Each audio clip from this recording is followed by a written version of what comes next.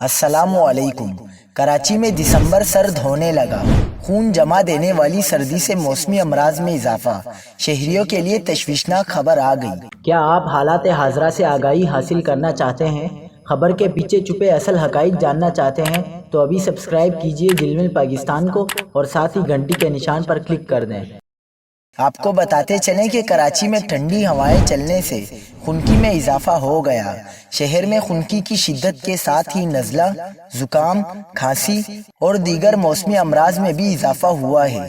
شہریوں نے گرم کپڑے نکال لیے ہیں۔ خشک میوہ جات، گرم سوپ، انڈے اور فرائی مچھلی کی دکانوں پر بھی شہریوں کا رش بڑھ گیا ہے۔ محکمہ موسمیات کا کہنا ہے کہ آئندہ 24 گھنٹوں کے دوران کراچی کا موسم خشک اور رات میں سرد رہنے کا امکان ہے۔ محکمہ موسمیات کے مطابق شہر کا کم سے کم درجہ حرارت 12 ڈگری سینٹی گریڈ ریکارڈ کیا گیا، جبکہ کم سے کم درجہ حرارت 11 سے 13 ڈگری سینٹی گریڈ کے درمیان رہنے کا امکان ہے۔